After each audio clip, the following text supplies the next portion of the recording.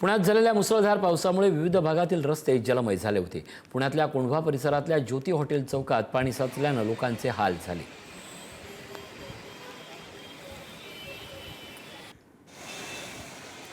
पुणे नाशिक महामार्गावरील चाकण मुख्य चौकात मान्सूनपूर्व पावसानेच पाणी साचल्याचं दृश्य पाहायला मिळालं। साईड गटारातील पाण्याचा निचरा न झाल्यानं पाणी रस्त्यावर आलं, तसंच वाऱ्यामुळे झाडही पडल्यानं काही काळ वाहतूक मंद गतीनं सुरू होती। यामुळे वाहन चालकांना कसरत करावी लागल्याचं चित्र पाहायला मिळालं।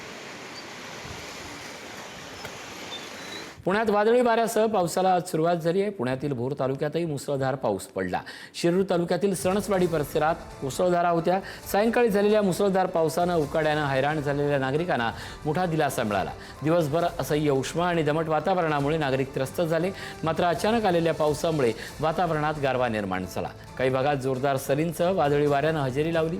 पावसामुळे रस्त्यावर पाणी साचल्याचं चित्र दिसून आलं। दरम्यान वाढत्या तापमानामुळे चिंतेत असलेल्या नागरिकांनी या अवकाळी पावसाचं स्वागत केलं। शेतकरी वर्गानेही पावसामुळे काही प्रमाणात दिलासा व्यक्त केला असून आगामी पेरणीपूर्व वातावरणासाठी हा पाऊस उपयुक्त ठरणार असल्याची प्रतिक्रिया देण्यात आली आहे।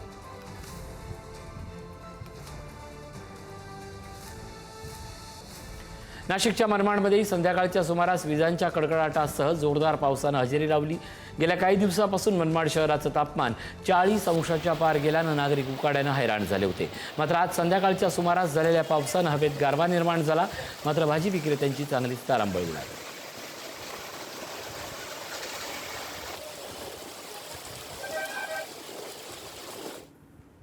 अहिल्यानगर जिल्ह्यातील नेवासे तालुक्याला वादळी वाऱ्याचा फटका बसलाय। पुनतगाव येथे आज संध्याकाळी वादळी वाऱ्यामुळे घरांचंही नुकसान झालं।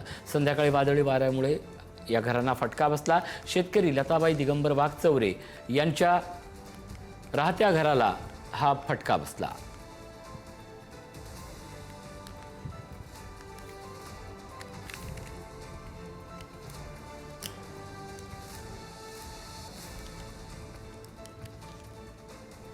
कोकणातही मान्सूनपूर्व सरींनी दमदार हजेरी लावली होती। उकाड्यापासून हैराण नागरिकांना आज काहीसा दिलासा मिळाला। दरम्यान वादळी वाऱ्यासह आलेल्या या पावसानं कोकणवासियांचे मात्र पुरते हाल केलेत। रत्नागिरीसह आजूबाजूच्या परिसरात या ठिकाणी मुसळधार पाऊसवृष्टी झाली।